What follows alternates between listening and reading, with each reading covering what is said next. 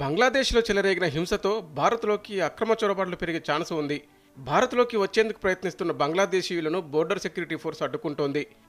భారత్ సరిహద్దుల్లో రాకపోకలను Indian army నిలిపివేసింది. బోర్డర్లో army యూనిట్లను భారత ప్రభుత్వం మరింత అలర్ట్ చేసింది.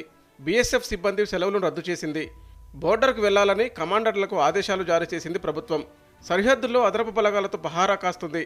చొరబాట్లు జరగకుండా ఉండేందుకు భద్రత కట్టుదిట్టం చేసింది.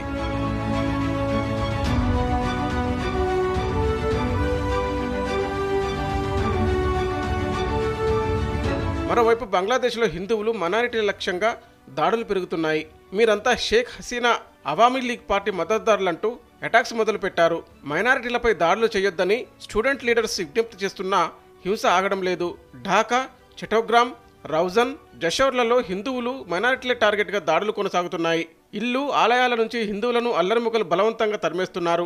విగ్రహాలను ధ్వంసం చేసి 20 ఆలయాలకు మతోన్మాదులు నిప్పిపెట్టారు. కర్రలు, ఆయుధాలతో హిందువుల ఇళ్లలోకి చొరబడి దాడులు చేస్తున్నారు. బంగ్లా అల్లర్లలో 2 హిందువులు మృతి చెందారు. 300లకు పైగా హిందువుల ఇళ్లు ధ్వంసమయ్యాయి. చటోగ్రామ్లో పరిస్థితి అత్యంత భయానకరంగా ఉందంటున్నారు హిందువులు. జర్నలిస్టులు, కళాకారులను కూడా గుంపు వదలడం లేదు. అల్లర్లలో 5 జర్నలిస్టులు మృతి చెందారు.